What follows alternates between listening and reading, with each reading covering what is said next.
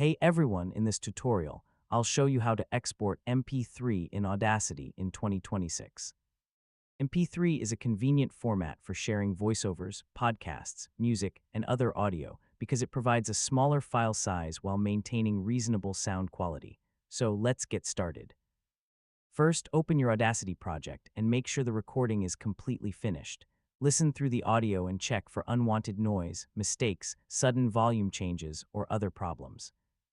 Before exporting, save your Audacity project. This keeps the editable project available in case you need to make changes later. Next, open the File menu and choose the Export option. Select the option for exporting the audio as an MP3 file. Audacity will ask you where you want to save the file. Choose a convenient folder and enter a clear file name so you can easily find the exported recording later.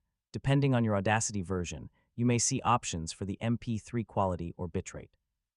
Higher quality settings can produce better audio, but may also create larger files.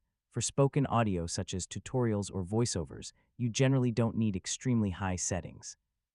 Choose a reasonable quality level based on how you plan to use the file. After selecting your settings, confirm the export. Audacity will process the project and create the MP3 file. Once the export finishes, open the folder where you saved the file and play it using your normal media player. Check that the complete recording is present and that the audio sounds correct. If you hear a problem, return to the Audacity project rather than editing the exported MP3 immediately. This keeps your original project easier to manage. Remember that exporting creates a finished audio file, while the Audacity project remains your editable version.